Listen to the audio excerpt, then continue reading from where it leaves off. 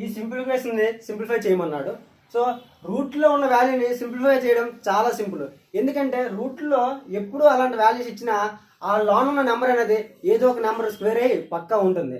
So రూట్లో ఉన్న వాల్యూస్ని లాస్ట్లో ఉన్న రూట్ నుంచి క్యాన్సిల్ చేస్తూ వెళ్ళాలి. సో లాస్ట్లో రూట్ ఓవర్ 225 ఉంది. 225 అనేది మనకి 15 స్క్వేర్ కదా. So root over 15 square. ఈ స్క్వేర్కి రూట్కి పోతే ఇంకా మిగిలేది 15 కదా. సో ఈ 15 అనేది 346కి యాడ్ చేయాలి. Root over 346 plus 15. సో ఈ రెండు యాడ్ చేస్తే రూట్ ఓవర్ 361 వస్తుంది. రూట్ ఓవర్ 361 అంటే ఇప్పుడు 361 అనేది మనకి 19 స్క్వేర్ కదా. సో 19 స్క్వేర్ ఇది. ఈ స్క్వేర్కి రూట్ క్యాన్సిల్ అయితే మిగిలేదు మనకి ఇంకా 19. సో 19 అనేది ఇంకా ప్లస్ ఉంది కాబట్టి 62కి యాడ్ చేయాలి. Root over 62 plus 19. 62 ప్లస్ 19 అనేది 81.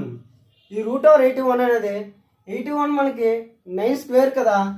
So 9 square root over. ఇప్పుడు ఈ రూట్కి స్క్వేర్కి పోతే మిగిలేది 9 కదా. సో 9 అనేది ఈ 45 నుంచి మైనస్ చేయాలి. So root over 45 minus 9.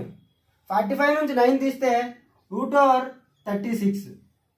ఈ 36 అనేది మనకి 6 స్క్వేర్ కదా.